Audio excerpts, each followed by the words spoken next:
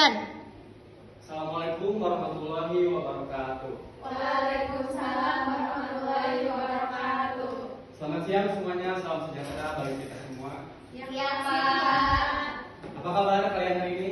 Baik. Alhamdulillah, semoga kalian dalam keadaan sehat dan kita tetap semangat untuk mengikuti pembelajaran kali ini. Amin. Ada yang tahu nggak kita akan belajar apa ini?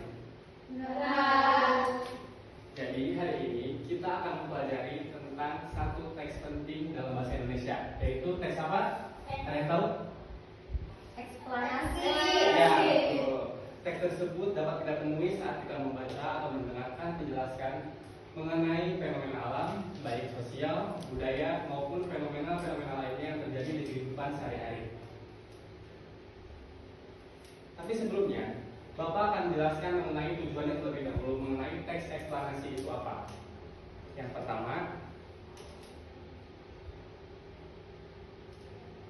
yaitu untuk mengidentifikasi struktur teks eksplanasi. Selanjutnya, memahami proses bagaimana terjadinya hujan, dan yang terakhir menulis teks eksplanasi dari fenomena alam yang terjadi di sekitar kalian atau di kehidupan sehari-hari. Ada yang tahu nggak teks eksplanasi itu apa?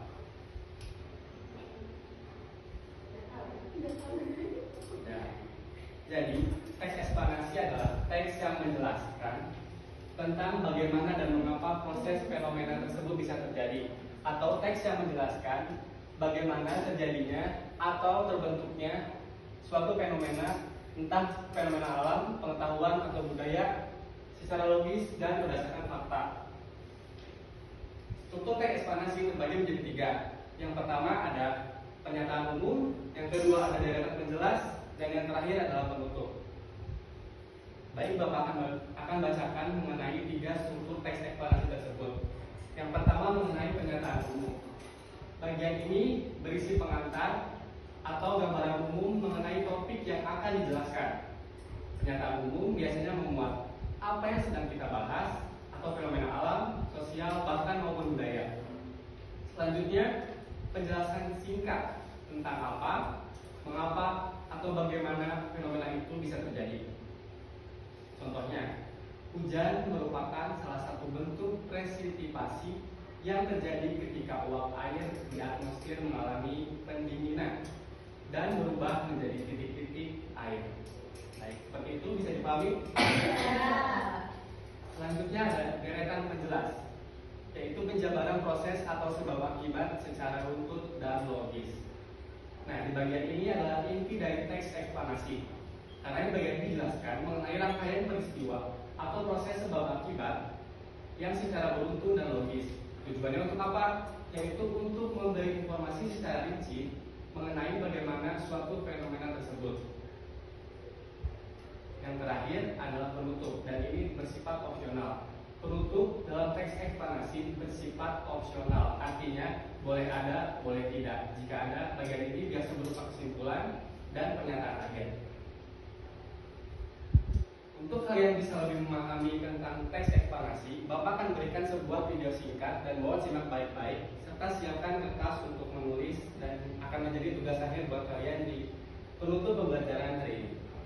Bisa dimengerti? Bisa. Baik, mohon disimak baik-baik ya. Ya Pak. Mohon maaf jika tidak kedengaran ya.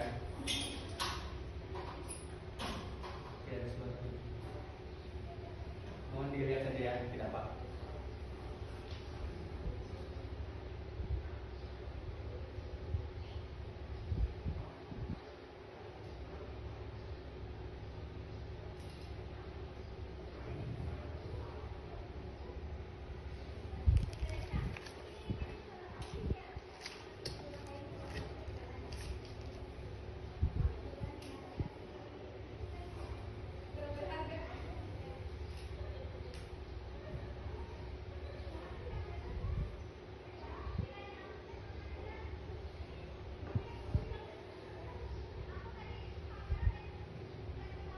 Tidak jelas, nanti Bapak akan kirimkan video ini ke nomor WhatsApp saya masing-masing. Barangkali membutuhkan untuk mengerjakan teks eksplanasi yang akan kalian buat ya. Baik, kira-kira seperti itu ya. Nah, dari video tersebut Bapak teks eksplanasi. Bapak membutuhkan satu orang untuk membacakan dari pernyataan umum sampai penutup. Barangkali ada yang mau membacakan, silakan. Siapa saja boleh? Saya Pak. Boleh. Contoh teks eksplanasi yang pertama, pernyataan umum. Hujan adalah peristiwa alam yang terjadi akibat siklus air di bumi. Proses ini sangat penting untuk menjaga keseimbangan alam. Dilanjut Pak. Ya. Yang kedua, penjelas. Air menguap karena panas matahari, evaporasi, yaitu naik ke atmosfer dan berubah menjadi butiran apa itu? Yang membentuk awan. Kondensasi. Awan sudah meresap ke tanah atau mengalir ke sungai dan kembali lagi ke laut, atau inflasi dan run up. Yang ketiga, penutup. Siklus ini terjadi terus menerus dan sangat penting bagi kelangsungan hidup makhluk hidup di bumi. Baik, terima kasih kepada Saudara Ika. Selanjutnya mengenai kaidah kebahasaan teks eksplanasi. Teks eksplanasi biasanya menggunakan kata ilmiah seperti tadi yang sudah dijelaskan dalam video dan maupun yang sudah dibaca oleh Saudara Ika, yang berisikan evaporasi atau penguapan. Kemudian ada kondensasi, yaitu pengumbulan, dan presipitasi, yaitu turunnya hujan. Selanjutnya menggunakan konjungsi kausal, yaitu menjelaskan tentang sebab akibat, karena, akibatnya, oleh karena itu, sebab, dan juga sehingga. Kemudian menggunakan kata kerja yang aktif seperti menguap, turun, dan juga meresap. Baik, mungkin tadi mengenai penjelasan tentang teks eksplanasi. Kemudian Bapak minta dari kalian untuk membuat teks eksplanasi tentang fenomena alam yang terjadi di Indonesia. Bapak kasih waktu 5 menit, cukup? Cukup. Baik, silakan dibuka kertasnya dan mohon ditulis gerakan sekarang.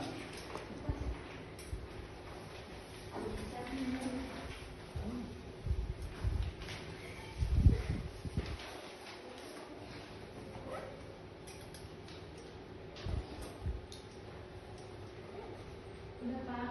Udah. Oh, udah selesai ya.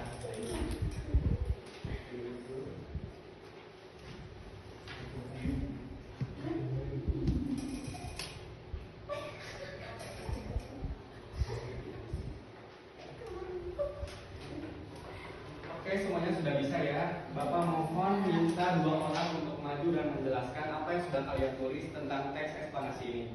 Yang pertama, boleh siapa yang mau maju duluan? Aku Pak. Baik, silakan maju di depan. Mohon dengarkan ya teman-teman, karena kalian yang sama atau tidak.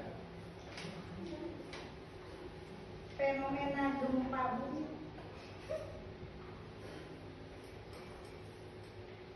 Bapak. Ya, silakan. Fenomena gempa bumi tektonik. Pernyataan umum, gempa bumi tektonik adalah peristiwa pelepasan energi secara tiba-tiba di dalam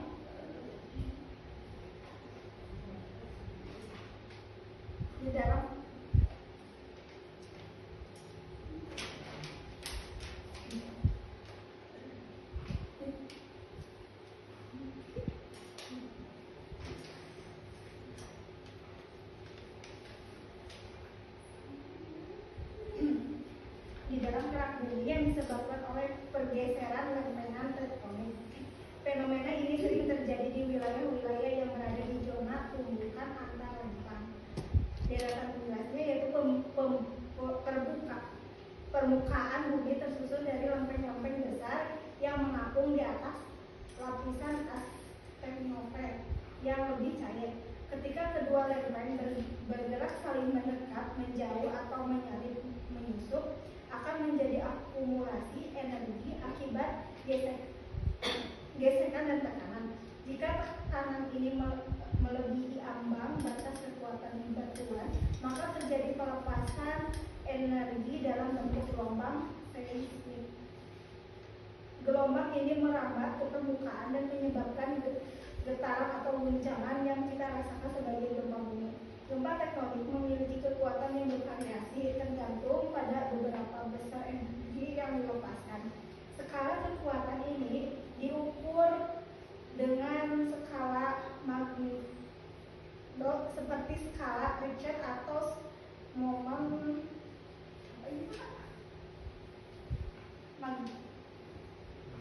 magnitudo. Penutupnya, gempa bumi tektonik merupakan pengingat bahwa bumi bersifat dinamis dan terus mengalami perubahan. Meskipun tidak dapat dicegah, pemahaman terhadap proses tektonik dapat membantu mengurangi dampak kerusakan melalui migrasi, bencana, dan perencanaan tata ruang. Baik, terima kasih Mas Sudarani. Mohon beri tepuk tangan untuk Derani. Selanjutnya boleh yang terakhir. Saya Pak.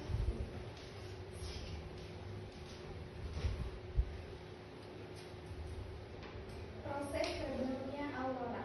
Pernyataan umum. Aurora adalah fenomena cahaya alami yang muncul di langit malam di wilayah kutub. Dikenal sebagai aurora borealis atau kutub utara dan aurora australis atau kutub selatan. Fenomena ini terjadi karena interaksi antara partikel bermuatan dari matahari dengan medan magnet bumi. Deretan jelasnya, aurora terbentuk saat angin surya, aliran partikel bermuatan seperti proton dan elektron dari matahari menumbuk magnetosfer, yaitu lapisan dari magnet bumi. Ketika partikel-partikel ini memasuki atmosfer bumi di daerah kutub, mereka bertabrakan dengan molekul gas seperti oksigen dan nitrogen. Proses ini menyebabkan eksitasi pada atom-atom tersebut, dan ketika atom kembali ke keadaan stabil, mereka memancarkan cahaya dengan warna tertentu. Oksigen menghasilkan warna hijau atau merah, sementara nitrogen memunculkan warna biru atau ungu. Pola dan bentuk aurora bergantung pada intensitas angin surya dan konfigurasi medan magnet bumi. Yang terakhir ada penutup atau interpretasi. Aurora adalah salah satu fenomena langit paling spektakuler yang mencerminkan hubungan kompleks antara matahari dan planet kita. Selain sebagai keindahan visual, aurora juga menjadi indikator aktivitas geomagnetik yang dapat mempengaruhi teknologi komunikasi dan navigasi. Baik, terima kasih para saudara. Beri tepuk tangan. Sepertinya kalian sudah memahami materi teks eksposisi ini. Akhirnya kita sampai pada penghujung acara pembelajaran hari ini.